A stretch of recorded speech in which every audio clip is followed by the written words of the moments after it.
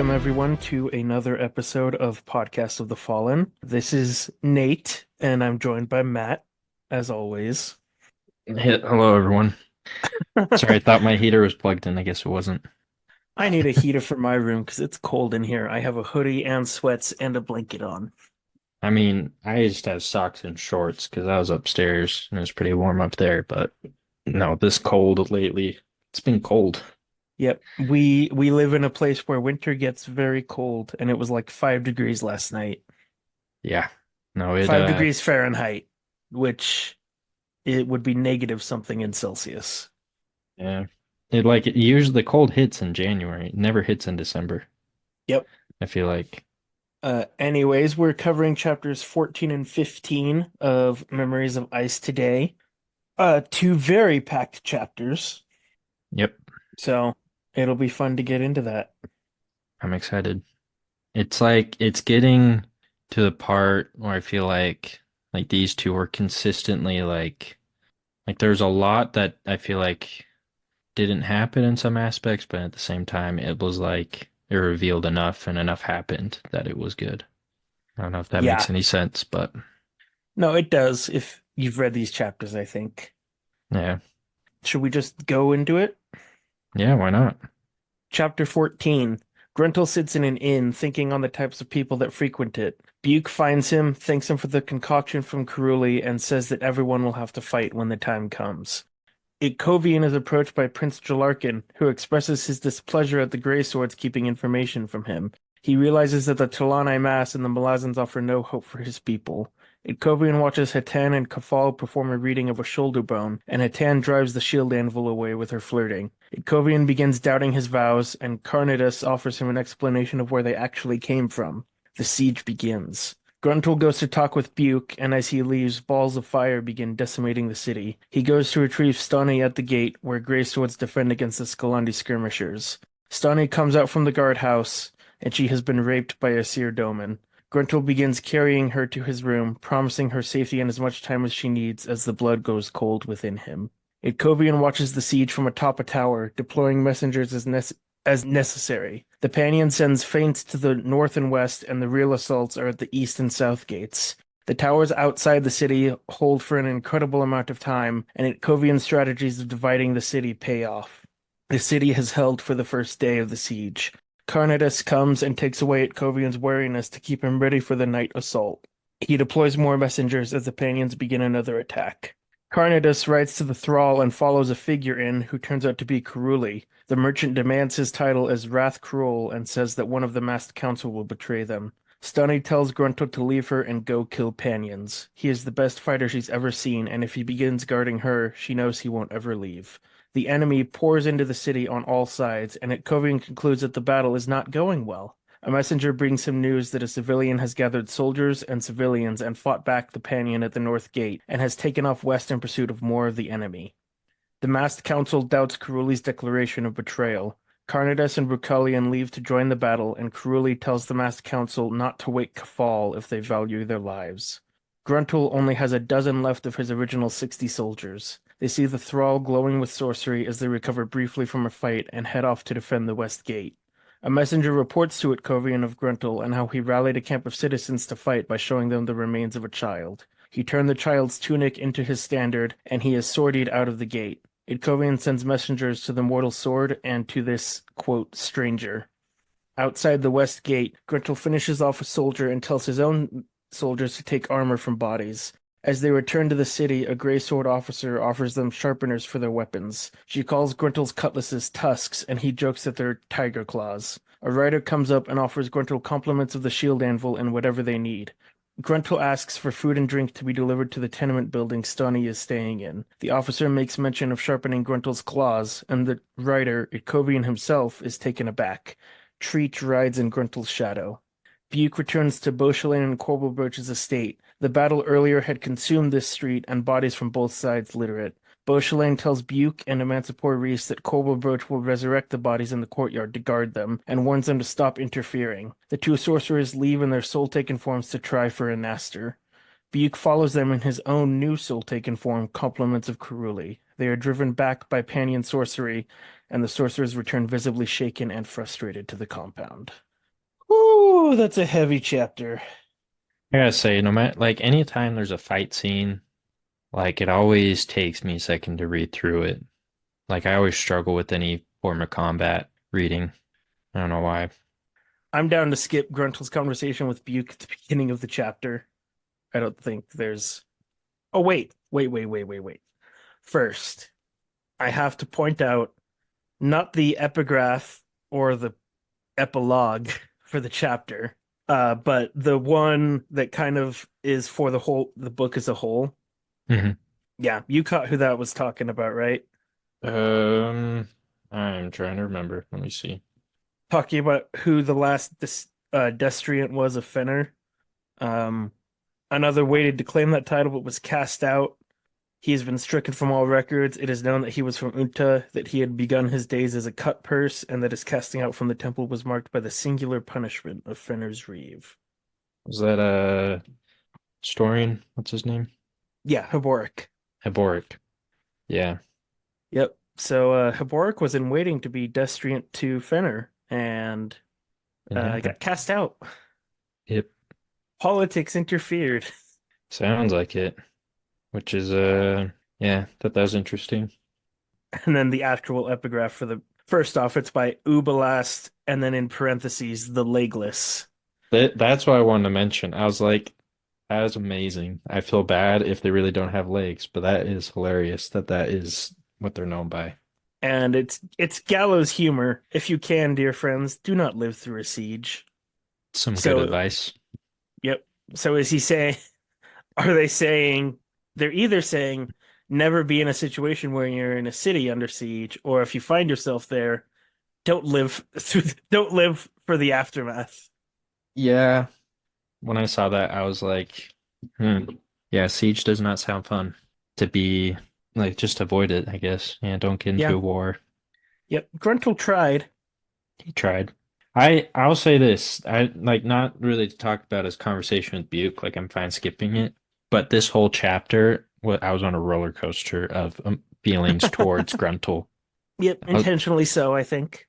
Because at the beginning I was like, man, I like when I was writing down some of my thoughts through this, I was like, I don't like him. Gruntle's annoying now. He's just so whiny.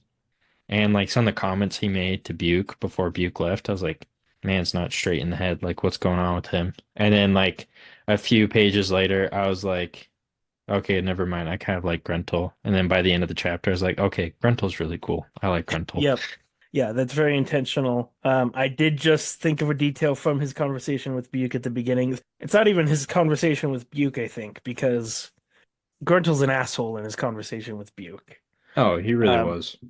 but he thinks about how someone earlier said made the joke like with numbers like that, there will be barely a mouthful of Capon citizen each, and how he was virtually alone in appreciating it. And then he thinks later on, I should keep my mouth shut next time. So it was him that made the joke, and he laughed at his own joke. Uh, I didn't quite catch that, but when I read that joke, I was like, that's terrible. Yeah, But I was like like, they're not wrong. yeah, the sea laughs uproariously at its own jokes. The rocks grind out a terse line that can silence an entire room. A capon mouthful. Dot dot dot. Next time, I'll keep my tongue to myself. Bet everyone in there is looking at him like, what is wrong with you? Did you think of the reading of the shoulder bone by Hatan and Kafal?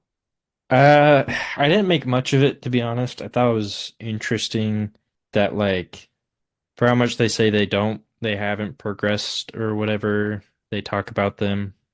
They definitely have honed their skills in certain aspects quite well. Because I just thought it was cool to kind of watch, like see how they, communicated with whatever through the bow. And I think that's just it was kind of a neat detail to read more than anything. But I mean, I don't know if there's anything specifically meant to be there, but No, I just like the detail that it's where like their tribes magic users get their names from because they're shouldermen and shoulder women because they oh, read shoulder bones. that makes sense. Yeah, gotcha. Okay, that's a cool detail. And then Kovian's just pathetic attempts at flirting. Poor guy, just doesn't know. Like there are limbering exercises, and she turns him down, and he's like, "Okay, I'm leaving." She's like, "I thought you were a wolf, not a rabbit." She's like, I will hunt you, my little rabbit. And then I really like because after that, Kovian is like, "What are my vows even for? Like, I know. what am I doing? Every prayer is met with silence. Like, what am I even doing?" And then he goes and talks with Carnatus, and Carnatus is like, "Did you think that your vows like please Fenner?" And he's like, "Yeah." No, you did this to yourself, bro. He's like, you kind of chose this path and like doing made the decisions you made, which I thought was an interesting perspective because it like there's the quote in on page 409 that kind of relates where it was like the gods care nothing for aesthetic impositions on mortal behavior, care nothing for rules of conduct, for the twisted morals of temple priests and monks.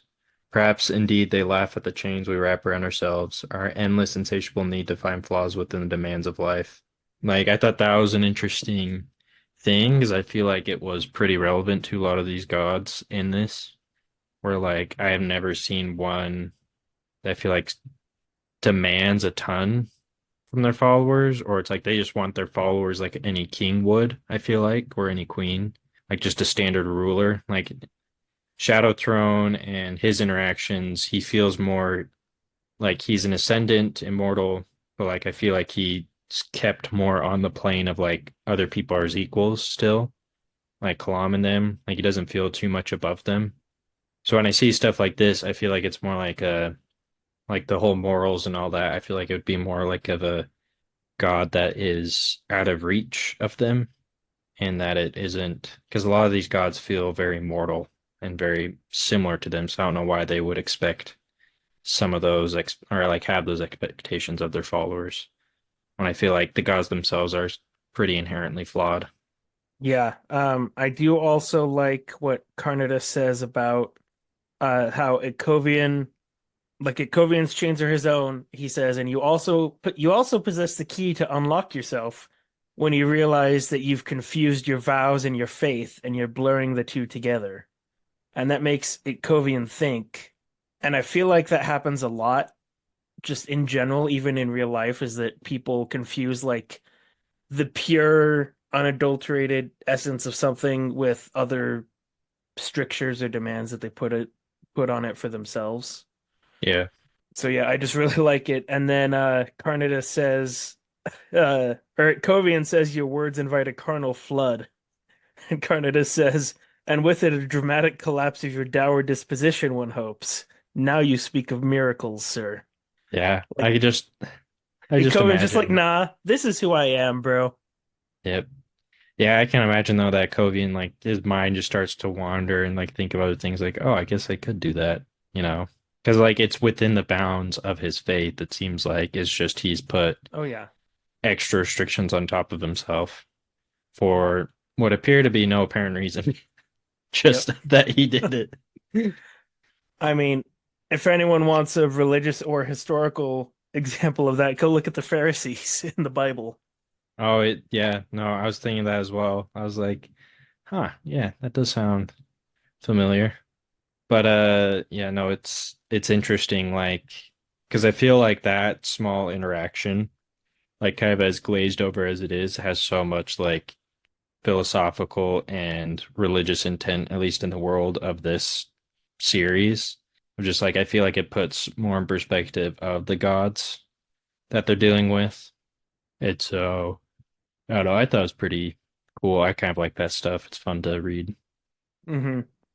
Yeah, it would be interesting to like worship a god in a world where you have like physical proof that the gods are real. Like Oh yeah. Ikovian can go to Carnitas and say, "How was your last conversation with Fenner?" Yep. Yeah. Um, so faith kind of takes on a new meaning there, I think, because you know that the god could answer. Mhm.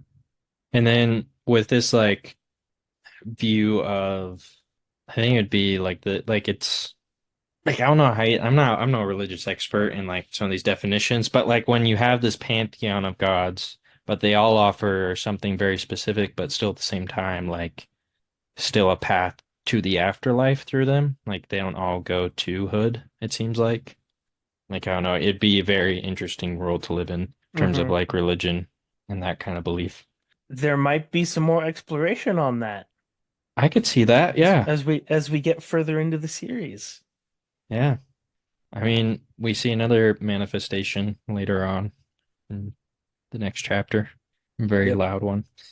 Yes. And now to the heavy stuff.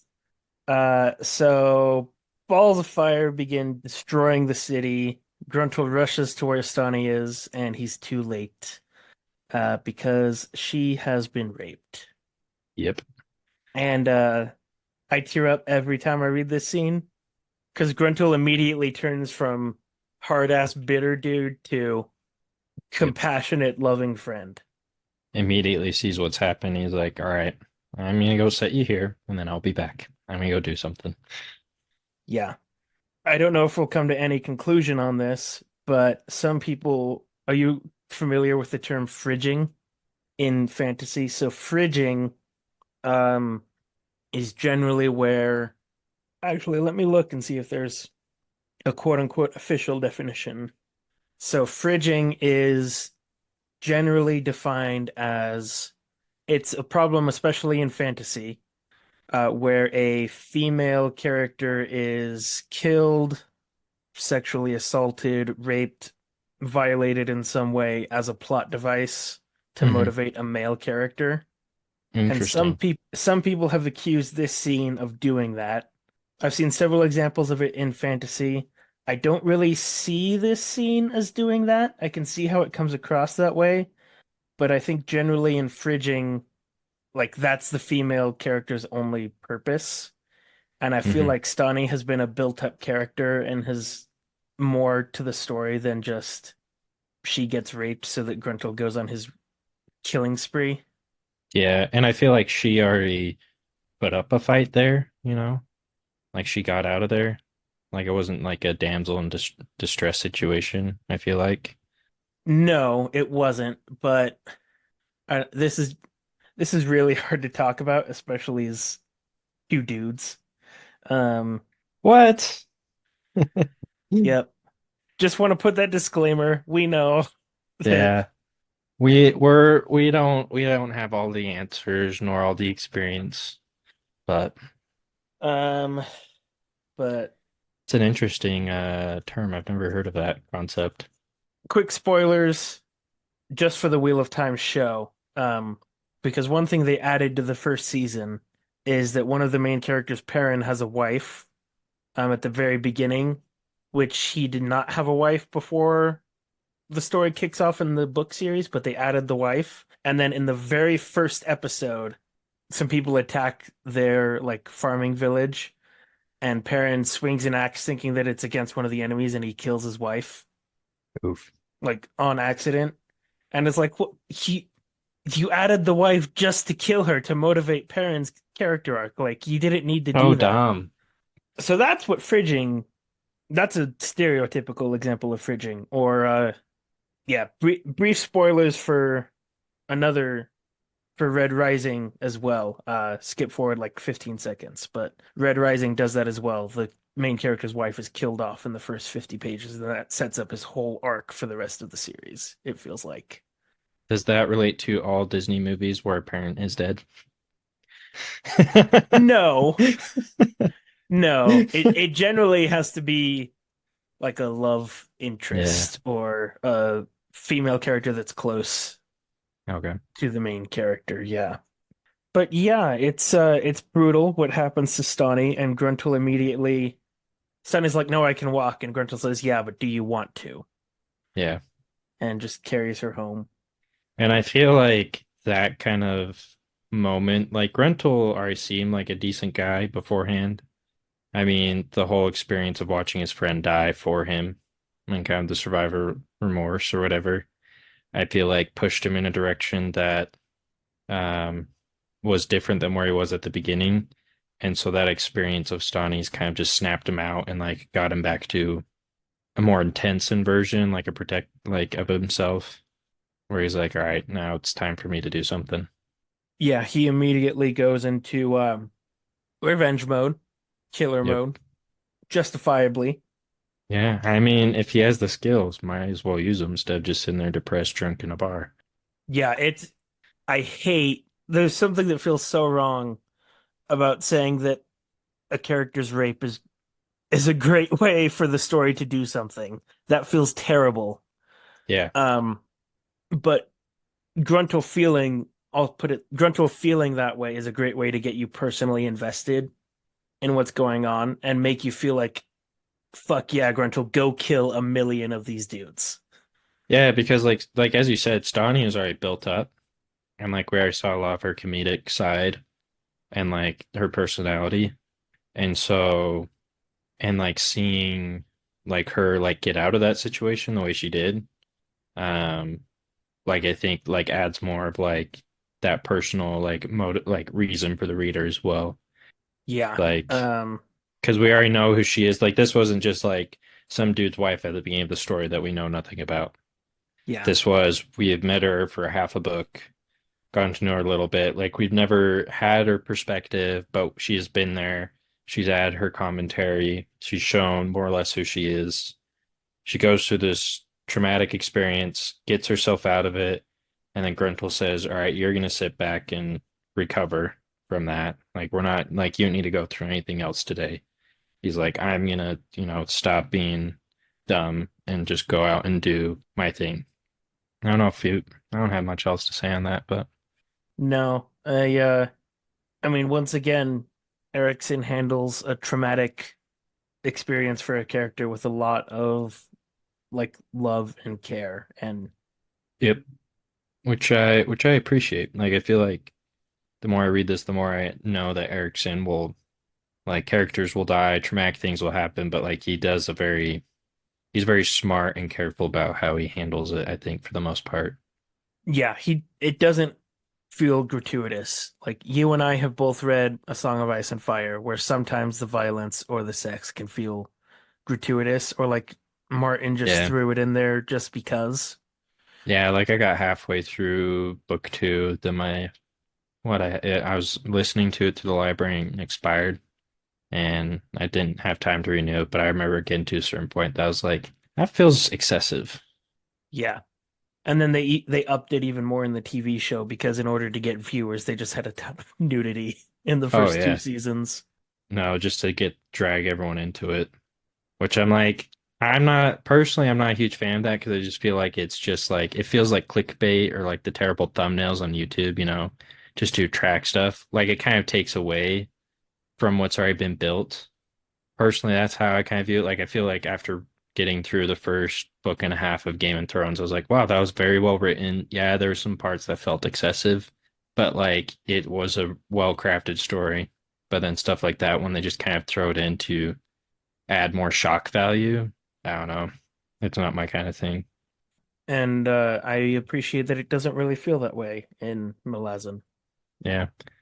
But anyways, Yeah, then we've got Ikovian, kind of the first shot of him being the general of the battle, dispatching messengers every yeah. which way. Ikovian's like, yeah, a few arrows and stuff have been sent my way. Accuracy's gonna improve, and I'll probably have to move, but for right now, I'm gonna let my presence mock them. He's no dummy. No. And Carnides comes and takes away his tiredness, just to keep him ready for the night, which is awesome, and I wish I had that power to take away my own tiredness. Reminds me of the exhaustion pills they take in Dune. Oh yeah. And when I was reading that, I was like, where's that? I want that. Yeah, that way I just started playing Red Dead Redemption for the first time. That way I could play Red Dead until like 5 a.m., take away my tiredness and go to work. I know, exactly. I can stay up, knock out a bunch of homework, get through all the reading I want to do. Well, Be because so the other nice. night I'm not the other night when we didn't have work the next day, I'm not joking. I played it from like 7:30 to 3 a.m. and was not bored the entire time because that game is so chock full of stuff. Pretty solid game. That happened to me when I got, I think it was Civ 6 for the first time. I didn't usually, occasionally I have like on a podcast, a book, or some other music playing a game. But that game, I love the soundtrack and how just much stuff I had to do. I played it for like 5 or 6 hours straight without getting bored at all. It was Yep. a good game. What did you think of Karuli going to the council? Cool, cool, cool. Finally, everything's confirmed. Yeah. I was No, wondering if maybe you would catch the connection earlier because I his f- name is so similar to Kroll, I and he feel says like that I he has an caught elder it. god. I feel like I caught it like when he said it. Like I don't know if we talked about it, but when I he's don't think like so. he was like, I'm Wrath Cruel. I was like, ah, I knew it. I knew it. I was like, I knew it. There's something with this guy because I feel like Cruel's been like slowly playing in the background, like building up stuff again. Like I feel like Yeah. Krupp's part of his team type of thing. Like from what I've seen, I could be wrong Yeah. there, but Well, we'll talk about that next chapter. yeah. But like that was like like when I read that, I was like, yes. It was fairly obvious for the most part, but I'm just glad that like I did keep up and was like, oh yeah, no, I saw most of that where that was pointing. Hear me out on this. Is it wrong of me to say that in this scene I kind of see some similarities between Kroll and Jesus? Like Wrath Kroll appears before this council of 12 dudes and is like, one of you will betray us.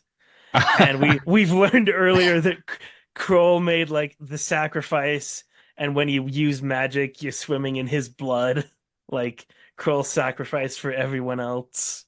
Only in those two ways. Those are the only two that I think. But Interesting like comparisons, but I mean Matt, that Matt and I were raised Christian, and I'm not Christian anymore. But because of that, sometimes I just see things and I'm like, hey, that's familiar. Yeah, no, I now that you mention it, no, that council scene where he's like, one of you will betray us, and they're like, who? Who? Is it you? yeah, No, that is that's similar. That's funny. yeah, just slap those. We should just replace the paintings. Who is it that painted that famous Last Supper painting? Is it I have no idea. that is so ignorant of me. I have to go correct that right now. I have never taken an art history class, and I don't think I plan on ever taking one, so I should. I have no idea. It's Leonardo da Vinci. It is. Hmm. I need to go find like just a decent art history book that like covers just kind of like highlights most of the things and just kind of like read that to get a general understanding. Because like when you mentioned that, I was like, I have no clue. I just know who's like, I know some painters and like the key ones like Starry Night and stuff like that, but other than that, I have no idea. I took an art history class in high school, and I took another art history class that was basically the exact same format in college, and I can't tell you much about art history. Hmm. Yeah. I But mean, I was going to say just replace the faces on Da Vinci's Last Supper painting with the masks. oh yeah. There's always like those modified versions of that painting now. Yeah, Like but there's can't that's remember which all. one, but That's both semi-blasphemous if you're a Christian and just completely disrespectful sure. to Da Vinci's art. So, anyways, who do you Anyways, think is going to betray them? uh let me find the list again. Because I was thinking about this. I was like, who would be most likely to do it? Like I can't like I'm trying to think of who would probably do it that would make the most sense. I feel like Opon, I feel like is kind of obvious just because of like the two-sided nature. Carnidus thinks it's going to be Rathfenner, but he also recognizes that he's biased because he hates the dude. Yeah. I could see a Hood's person maybe just being like, yeah, I got other things to do, like this benefits me. But the other people, I mean Shadow Throne, but Shadow Throne doesn't seem like that. I don't know. Everyone else is just I don't know enough about like kind of who they are. I feel like to have an idea. Except Yeah, we. who's that one lady that's kind of antagonistic? Which one is that? I think it's Hood, Wrath Hood. Is it Wrath Hood? Hmm. Oh wait, no, because Wrath Hood was the lady that let the Barghast take the bones. But yeah, I we've feel only really seen a few of them. That's why it was tough when I was trying to think about it because I read this last night and I was just like, who could it be? Like, but I don't feel like I have enough information to make like a like without making it obvious, you know, but like I don't feel like I have enough just basics to kind of make a decent guess. But those are some of my ideas, but I have no Yeah, idea.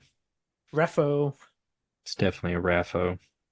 Okay, so we go back to it, Kovian, and I love that Erickson gives us most of the updates about what Gruntle's doing through other people, Oh yeah, I love that.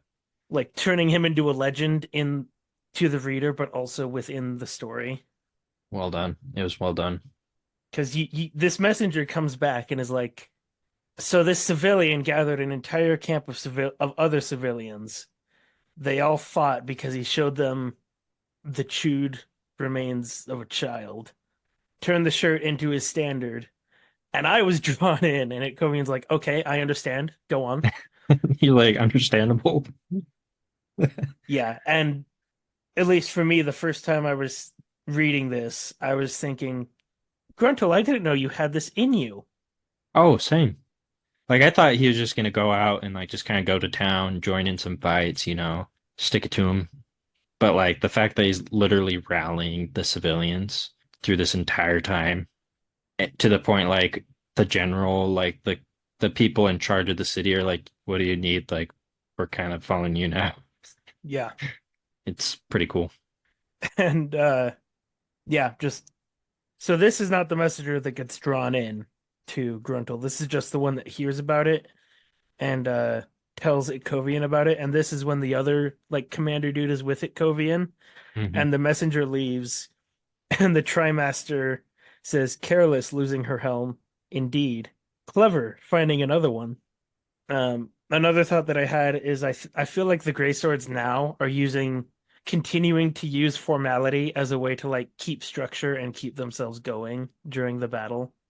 Yeah, I feel like it keeps him sane a little Because bit. like they keep calling each other sir, and even when Kovian is sending this other commander on what's basically a suicide mission to rescue the soldiers still in the towers outside the city, he's like, "Fenner be with you, Trimaster." Like just so formal. No, it's I like since the beginning, I've always had a lot of respect for this group. I feel like they have their heads on straight. Like Yeah. they try to keep things in perspective, I feel like, and just try to do things with the decent set of morals and honor, which I it's kind of refreshing, I feel like, in some regards, because it doesn't feel over the top like the elves in Lord of the Rings or things like that. They just feel like a group of people that were just like, we're gonna stick to this because we're gonna stick to it. Yeah, I respect them as well because, as we see a lot in real life, sometimes, most of the time, combining religion and war doesn't work out too well. Nope. It kind of turns lots of people into monsters. Yep. And these guys are like, well, we actually worship war and killing, so let's be as professional about it as we can. Yeah, because like when you mention that, it reminds me of just the Crusades and just like when we learned, like it's fairly like the kind of stuff we dived into was fairly basic, but like just the U.S. history pre-Columbian times or Columbian times, whatever time era that is. But like their whole mantra is God, gold, and glory. And they're like, we're doing it in name of religion as they go through kind of massacring people and just taking over. Yeah, we're raping and murdering and pillaging just like Jesus would want. You know, whenever I read that, I was like, you guys got it so backwards. That's the exact opposite of what he said. Yep. I'm like, come on. Yeah, we get Grunto killing one dude. That's all we get of him killing people so far. Um, swings his sword so hard that he chops through the dude's helmet and his head. When I was reading, like, Gruntl's a big guy, is how they word him, right? Yeah, he's like a big burly dude. Because when it said he did that, I was like, holy crap. What is, like, how big is he? And then it didn't hit me until later when I think it was a Kovian that came. He's like, wow, it's a large man. Let me see if I can find a non-spoiler picture for you of Gruntle. Can you find one with swords? Maybe I want to see what swords look like. After Bummer. next episode, I can show you a picture of Gruntle. Oh, cool. But yeah, Gruntle is real strong, and one of the Gray Swords jokes that his cutlasses are tusks because Fenrir is the boar god of Yeah. war, and he jokes that they're tiger claws, and then she mentions that again later, and Kovian is shocked because Yep. Treach, also a god of war, is a tiger. There's two gods of war. What? Yeah, What? Treach ascending, Fenrir descending. We know what happens to Fenrir in Deadhouse Gates. Yep. Maybe it's Fenrir that'll betray them Maybe. because of the descent. And then they all switch over to Treach. I do love that it's Kovian himself that comes to see Gruntle. He's like, I've heard enough about this dude. I need to go see for myself.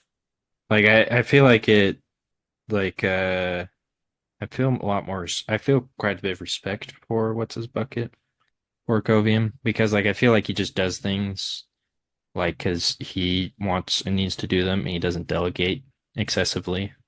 Like he knows his position, he knows his job. So I thought that was really cool of him to be like, all right, let's go meet this guy and see if I can help him. Instead of just Yep. being like, I'm gonna send a messenger. And then messenger do what he says. This is also where we learn that the Grey Swords, without the Council's permission, has built a series of tunnels and storage chambers underneath the city, using old barrows that were under there so that they could take all the citizens down there. And Carnidus at one point says, like, the Mass Council never gave us permission to do those. And Kovian's like, well, it's good. It's a good thing we did it anyways, huh? Because now they're gonna be able to save everyone for a decent amount of time. And also provisions to be able to feed 20,000 people for 2 to 3 weeks. That's a lot. That's a ton of food. When they mentioned that, I was like, dang, that is quite a bit. Hey, the Grey Swords get it done, apparently. Yeah, they do. And then the last thing is Buke returning to Beauchelin and Corbel Brooch with the sad news that they're still going to have to pay their taxes. I love it how they did they submit paperwork to Yeah, do that? and like, what was that request granted? Uh, no, sorry, the siege doesn't mean anything. Your taxes are still due. I love that. Which is both a comment on how horrifyingly not caring Beauchelin and Corbel Brooch are, but also how horrifyingly relentless the government is when it comes to getting its money. Yep. Yeah. Well, I mean, it reminded me of the brief interaction with the prince, like how just out of touch he feels through the entire thing. He's like, wait, you're telling me you've been in touch with all these people and been doing all this Oh yeah, without we my totally knowing? skipped that. And he's like, well, yeah. He's like, well, I'm the prince. Why aren't you keeping me informed? He's like, well, we just thought. He's like, I can think. I can do this. Yeah, I think because Jalarkin is, I think they say he's 22, Mhm. so he's a young guy, and I think the Grey Swords recognized like the prince might be hiring us, but he doesn't hold any real power in this city. Not at all. He's as old as I am. Yeah, how'd you like to be at least the figurehead of a city in this situation?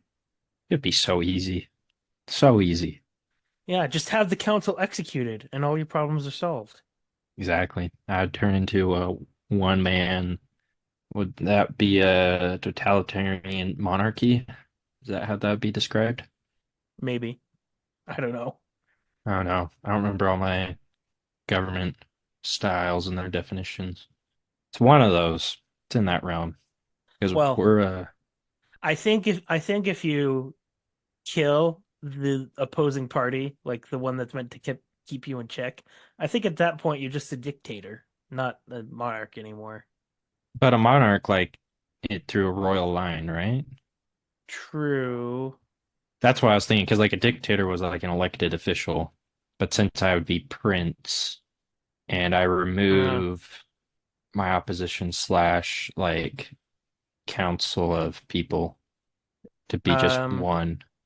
Google says that a dictator is a ruler with total power over a country, typically one who has obtained control by force. Hmm. Maybe Dictator prince, dictator monarchy. I don't know. We're probably offending so many people that actually know what we're talking about. Yeah, no, that's what I thought about this episode. I'm like, there's probably some people. There's like someone that's more of an art buff, and they're like, "What? You didn't Yeah. know this?" And then you got someone I that's like political science, and they're just like, "Wow, yeah. this is embarrassing." Yeah. And then I hope we didn't make anyone mad about the thing that happens to Stani, but feel free to leave comments if we got something wrong. Yeah. But yeah, great swords are like I feel like they're the ones really running this town for the most part. Like, 'cause they know what they need to do. But when we were reading about Beausoleil and Gorville Brooch, I did think that was quite comical. Like it was a dark comedy moment of just like, so I still have to pay my taxes, eh? Well, that sucks. I'm gonna give my undead raise some undead soldiers to give guard and then yeah, keep going about our usual business. Yeah, and Reese discovers that the dude's hearts are missing, but there's no Yep. wounds. And he's kind of like, "Did you two really think you could stop us? Like, Broach has other means of getting organs. He doesn't have to physically go out and kill them, you idiots." He's like, don't you know anything about our magic and our skills? And then, just as an aside, he's like, "Oh, and by the way, Buke, I know you're a soul taken now." He's like, we do not like company, so don't think of joining us. What did you think of that? Buke is I now a soul taken bird. I was pretty excited for a couple of reasons. One, it's nice that Buke kind of has a win. He gets this cool new tool of his, like he can be this bird that sounds like a hawk eagle, so like he has really good eyesight, you know, kind of like a hunter of the sky, which I was like, that's cool. He's not like some dumb little songbird that can just tweet around. But the other thing I thought was really cool. Now I know one way someone could be a soul taken. You eat the clay that's given to you by Wrath Cruel. But yeah, by Servant of Cruel. And then you mash it up and you drink it. Pretty much Which the first potion we've seen. oh yeah, technically, yeah. I didn't even think about it. I Oh wait, always no. forget. Mappo has healing elixirs. We've seen those. Yeah. I don't know what the difference between an elixir and a potion is. I've Googled enough things. I don't feel like finding that out yet. I was thinking about that though, now they mention it. We don't see a lot of potions, I feel like, in fantasy. Or at least I haven't. Yeah, it's most Like, prevalent in Harry Potter, where most of the potions seem useless. yeah. That was one of those things I was like I've been listening to the Harry Potter in Spanish and yeah, that's the only thing I can really think of extensive potions, and they hate it. They hate it. It's like the science class of magic there, where no one likes it. N Now, here's the question. I had a Oh yeah. chemistry teacher my sophomore year of high school. I took chemistry, and the teacher the first semester sucked, and I hated chemistry. And then he like went to another school, and another teacher came in to finish out the year teaching chemistry, and then I loved chemistry. So my Mhm. question is, do you think Harry would have liked potions if it was Lupin teaching potions instead of Snape? Yeah. Well, I mean, he did like it his sixth year because he had what's his bucket? Yeah, but Slughorn. he also had the book and was basically cheating the whole year. It's true.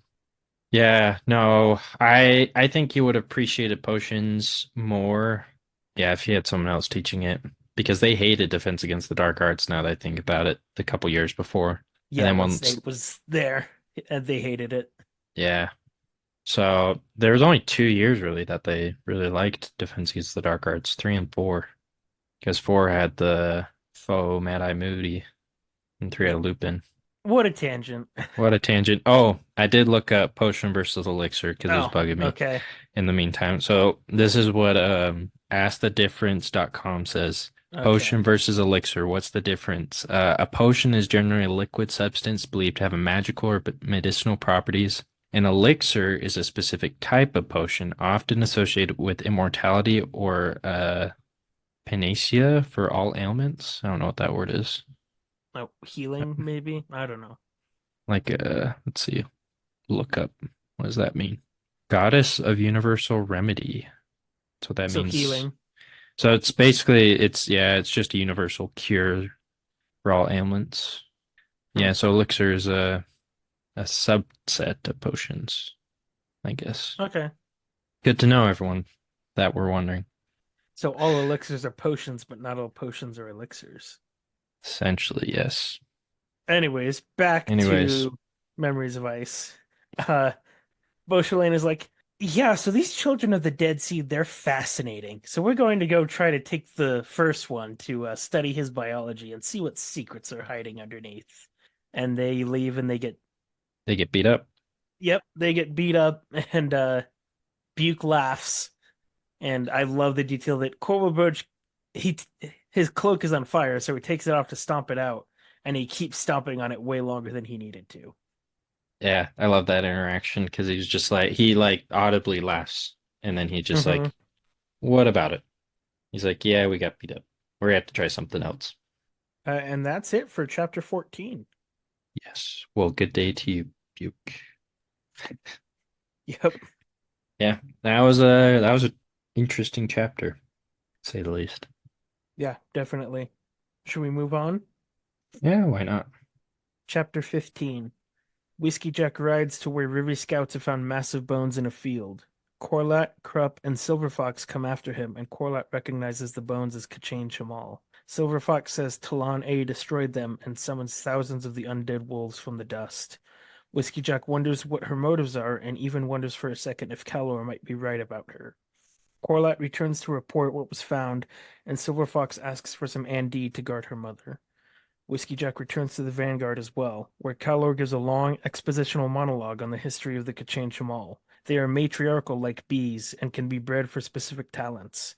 Their matrons are incredibly powerful, enough to keep the Elder Gods from this world until they destroyed each other in a civil war between the Chamal and the Short-Tails, extinct ancestors that they resurrected from the dead. The rent at morn is a result of one matron's attempt to harness the powers of chaos. Silver Fox then gives the reasons the IMAS warred against the Jagut, because of the tyrants. They will join against the Kachin Chamal because the Chamal were to the Jagut what the Jagut were to the IMAS. Kalor says that this entire war is just a feint. Krupp provokes Caladan Brood into smashing his hammer on the ground. The entire mesa gives way, boulders sliding and smashing. A new mountain range forms, and Krupp is left standing on his own island, the fissure parting neatly around him. The fissure begins to fill with blood, Burns blood. The hammer wakes the Mybe, who can still find no rest. Cole and Murillo discuss Krupp and his mule and Murillo's youth. They speak frankly of how terrible the Mybe's curse is, believing her asleep, and when they discover that she is still awake, they regret it. She thinks that it's the truth and falls back asleep into her dream world, running once again. Dujek is furious at being manipulated into a war against the crippled god, and Whiskey Jack calms him down. He says that's the god's problem, and theorizes that Krupp is behind all of this. He also believes that Quickben is working on the crippled god problem. Artanthos appears with news that Twist has appeared in the sky above camp. The Mybe wakes again from being chased by wolves. Corlat brings her soup, and the Mybe rejects it bitterly. She resents that they won't let her end her own life. Corlat tells her of Silver Fox's protectors, giant wolves, which sends the Mybe into a frenzy of hatred and fear. Corlat confronts Whiskey Jack, and he tells her honestly that he doesn't know what's going on with Silver Fox, but that the Malazans feel outmatched in this war. She tells him that he has no idea of how rare a man he is. Krupp offers cakes to the Marines that guard Silver Fox. He thanks them, and they discuss Whiskey Jack and the reasons he didn't take the throne. After Krupp leaves, the Marines reveal that they were playing dumb the whole time. He visits Cole and Murillo as well and assures them that things are set in motion to give the Mybe relief. Crone reports to Brood that Moonspawn is in place and in hiding, and that the Seer wars to the south with Omtos Falak sorcery. Brood is unsurprised by the sorcery, but he is surprised by the war to the south. He offers Crone food from the refuse pit, and she reluctantly agrees, bragging that she didn't lose her temper in fleeing when the warlord steps angrily towards her. I feel like that was a pretty good chapter. Yeah. So we've got the chain Shamal bones. So cool. Silver Fox summons a bunch of the undead wolves, raises her arms like Moses parting the Red Sea, and they come up, and then she lowers them and they go back into dust. She's like, heck yeah, my protectors are here. Hmm. And Whiskey Jack, for a moment, is like, what if Kalos right? Like, what is she gonna do now? She doesn't need us. I know. He was like, crap, did we make the right decision? See, this is an example of how you show a good character in a moment of weakness, thinking that someone might be bad. This is much better than in The Last Jedi, when for a moment Luke is going to murder Han Solo's child. Oh yeah, dumbest thing ever. Oh, completely ruined. Oh geez, that's a whole can of worms. We talked about that the other night, didn't we? We might have. Yeah, that's right. And then Whiskey Jack Ugh. returns, and Kylo is like, "Kay, let me lay down some exposition for you about the Kachin Shamal." Oh, I was so happy that he wrote it in and was just like, here's a brief overview of this gnarly civilization and like the powers they held. I'm like, so you're telling me that there was a civilization of essentially dinosaurs that could control who was born and what type of thing was born, Mm-hmm. and they had like just like an insane amount of power that like there was none of the elder gods could be here. And like they literally bred warriors with swords for arms, built up Yep. massive things, worked like a beehive, brought back an extinct species just because they're like, hey, maybe we can add them to, the family, which turns out they didn't want to be part of the family, so that happened. Yeah, not really. But that like what drove their extinction was themselves. Like Yep. finally, like that was so cool. Because at first, like when I heard about them, like okay, they're smart, they're intelligent, blah blah blah. But like reading that, I was like, holy cow, these were just insane. Mm-hmm. So Yeah, it's a lot. And Kylo is like, once the language was deciphered, which is worth a whole tale in itself, but since you're all fidgeting like school children, I'm gonna move on. yeah, Kylo loves holding things over people and being like, I know something you don't. he's like, guess what? My civilization that I destroyed, we uncovered it. We We knew were pretty everything about it. cool. Yeah. I had scholars that reported to me. He's like, I don't know if you guys remember this, but like, I'm 1,000 years old, and like, I cursed three gods. They cursed me. Like, it's a whole thing. Yeah. I'm like 200,000 years old at this point. And Yeah. I I thought that was pretty cool as well. Like, just that detail is like, holy crap, you had like a legitimately cool civilization as well. Then you screwed it up just like they did. But yeah. yeah. Yeah, But I mean, and he's like long before the Jagut ruled this world, the Kachin Shamal did. And we've seen when the Jagut ruled the world 200 plus thousand years ago. yep. Yeah, it did make me think though. I was like, man, what if the dinosaurs became as smart as we did and they didn't go extinct? Like that would be pretty crazy. Yeah. Whole different world it could have been. Yeah, I'm so sad that the dinosaurs didn't get to rule the world. I mean, think about it though. Like, what if somehow they were still here and we as well? Like, we worked in tandem for a while. Like, that would be so cool. I mean, transportation and like division of space would be kind of crazy, but I don't think it'd be Yeah, too bad. yeah. Um, yeah, the Kachin Shamal's meteor was themselves. Exactly. How disappointing. And then we also learned that the rent at Morn that Lady Envy was studying was caused because a matron was so desperate in the Civil War that she was like, I'll see if I can use chaos. Didn't work out. No, we saw what that did to Hairlock. Yep. Yeah, apparently like it makes you a bit chaotic or something, and it's like hard to control, and it's like super powerful. Yep. You know, who would have thought? And then Silver Fox is like, yeah, the Kachin Shamal are being used by the Jagut. And Cal was like, why have you joined this war? Because the tyranny of the Kachin Shamal is worse than the Jagut. So there you go. Do you think you can help us with the other people? No, we don't. No, we're not going to do that. We're just here for this. No, you ask too much of us. It puts the Talana Mass in more of like a heroic light, I feel like. It That does. the way she phrased that, I was like, wow, you're really trying to make you guys seem better than you are, I feel like. Yeah, Whiskey Jack even makes a point.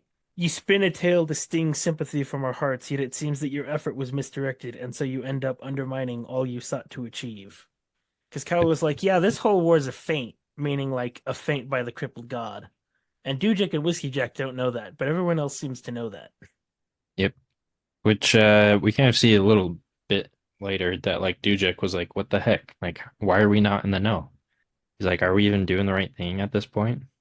Yeah, and Whiskey Jack's like, yeah, so we've got two ascendants on the other side. It's their problem. It's not our problem. Yep. They were there at the chaining. They screwed up. It's them. It's on them. We're gonna do our own thing and kind of knock. We'll focus on the mortal empire threat. That's enough for us. Yeah, I feel like that's some good reasoning. And then Krupp provokes Brood. What did you think before it was revealed that Krupp is alive? Did you think Krupp was dead? Not even remotely. I knew he Okay. was gonna stand there and like literally when it was like, and is brushing the dust off, and he's kind of like makes a smart aleck comment of like, well, that was a bit much, or like now Krupp is dirty, something like that. I was like, he's literally gonna stand there. The dust is gonna settle. Everyone's gonna be like picking themselves up off the ground. Cowler's gonna be annoyed because he used his hammer and let his frustration get the best of him. And Krupp's just gonna stand there like nothing happened and just be like, and like sneeze or something, be like, well, there's a bit of dust. And Hmm. everyone's gonna be in shock. It went more or less exactly how I thought it would. And Krupp is standing on his own like cartoon-like island that the Fisher Yep. clearly parted around. It's almost like in like say if in Tom and Jerry or Wile E. Coyote, if they Yeah. use dynamite and it just so happened to like part around the enemy. Hmm. What does Krupp say after? I don't remember. Oh, Krupp doesn't say anything. Does he not? Mm-mm. He just brushes the dust off or whatever. Yep, brushing dust from his clothes. Yeah, but the fissure fills with broods, not broods. The fissure fills with burnt blood, and the strike of the hammer on the ground made a new mountain range form in the middle of this plain. I thought that was funny. Imagine driving across like Nebraska here in the United States, and all of a sudden you just see a mountain range in the middle of nowhere. Just pop And up. it's like, yeah, basically a god did that. Yeah. He got kind of frustrated with this other guy and slammed his hammer to the ground. Now we have mountain range. Yep. Just another day. Just another day in the world of Malazan. Honestly, it kind of is. Because no one like seems too terribly alarmed. I feel like they're like, wow, that happened, but no one's like, there's a mountain range. Like it's not commented. It's just more like, and there's a mountain range. Yeah. Crone thinks earlier in the book that sometimes you forget Brood is an ascendant. And I sometimes forget reading that too. Like he's a big dude with a hammer, and then he does something like this. Yep. And I was like, oh, yeah, he could probably destroy an entire army if he wanted to. He literally has the power to destroy the world Given to him by the goddess of of the Earth. world. Yeah. Yep. Yeah, Krupp continues to not be what he seems. Yeah, I rather enjoyed that, not gonna lie, actually. The more I read about him, I'm like, the more I like him. Mm-hmm. Because I thought it was funny the build up of him just he was like, and I'm gonna be the one standing between you guys and the crippled god. And Cowler's like, what? No, that's not how this works. He's like, how about you taste my hammer? And he just stands there. Yeah. And then It's Cowler's even it's more so frustrated and disappointed. it's so childish insults too, like demand an explanation. Do you fondling that hammer, are you? Krupp defies all threats. Krupp sneers at whatever demonstration bristling warlord would attempt. Ah, it's just so Uh, good. hmm And then we poor Mibe You know. can't catch And a break, and then Cola Murillo just there's no way she's gonna fall asleep that quickly, but they talk about like her curse. mhm. Yeah, like anytime we read about her, I just always feel bad. And it just gets worse and worse the more we read. Yep.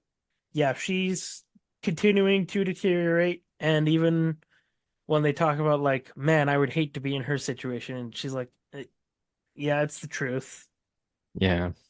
Like she doesn't even get to experience a youth, and that sucks, which it does. But yeah, in front of her, maybe not the place to say that.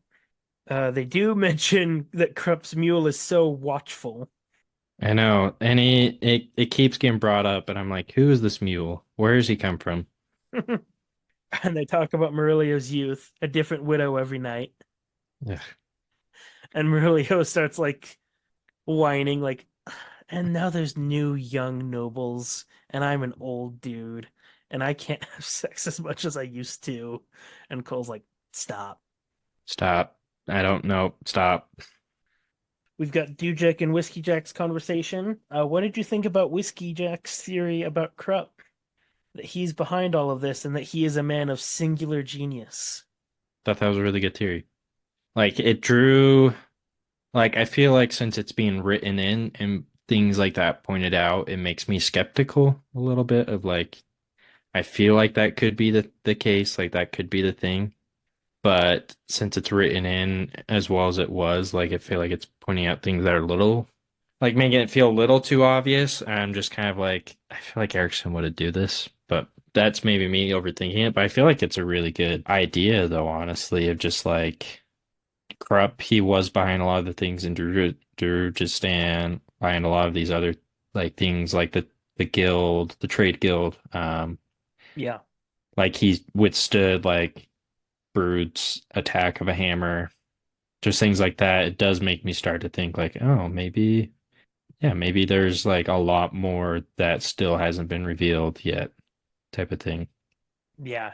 I almost feel like Whiskey Jack is me and Dujek is you at the beginning of the series. Like, Krupp's great. Like, Krupp is so much more than just this fat, annoying dude. And Dujek's like, wait, are you serious? Hear me out. Think about it. Who's responsible for Silver Fox's birth to the Rivy? Yep. How convenient is it that there's a bridge between the armies just when we needed this parley? And also, who got us the trade guild? There's so much about it that I'm like, I feel like there's not enough though, sometimes. Like there's enough pointing to things about Krupp, but then I'm like, where's the enough of the evidence really to kind of prove some things?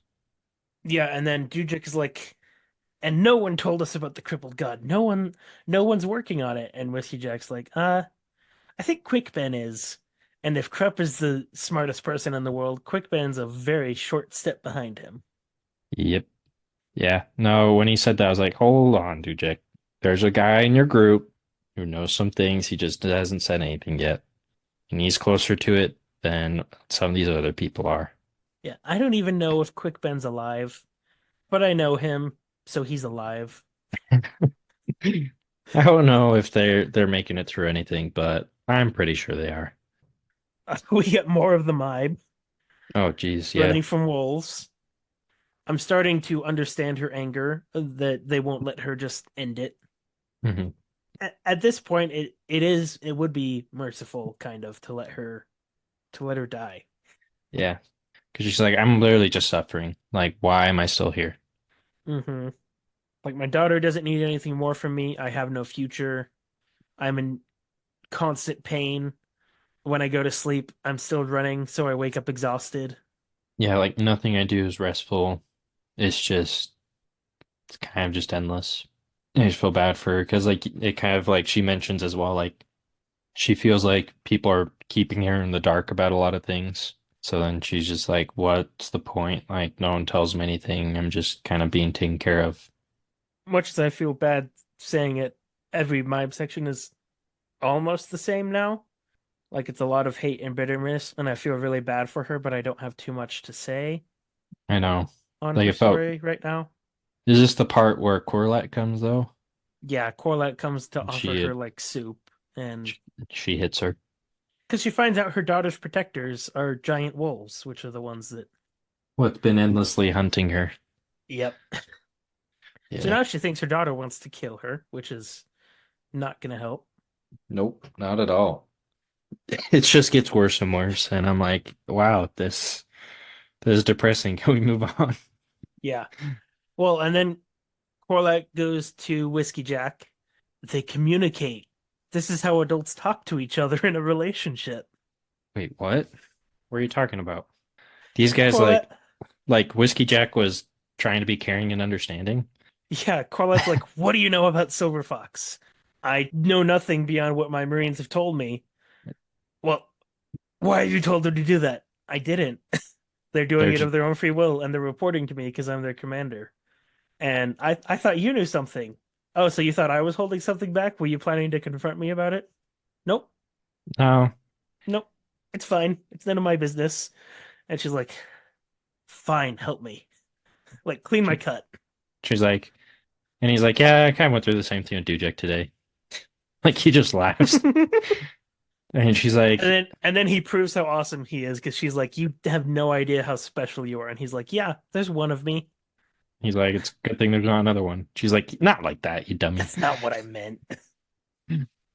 No, I like the more I read about Whiskey Jack, the more I'm like, he's a pretty solid guy. Like I like him. Yeah, well, we see later again, Krupp talking to the Marines, how awesome he Yep. is. Look at that segue. Oh, I know. Because like they're Um, like, he should have taken over. And he's like, well, what do you mean? They're like, well, he didn't want it, so like obviously he should have it. yeah, yeah, he didn't want to be the emperor, so he should have been because Lessine drove out the old emperor, and Whiskey Jack could have been, and the armies would have followed.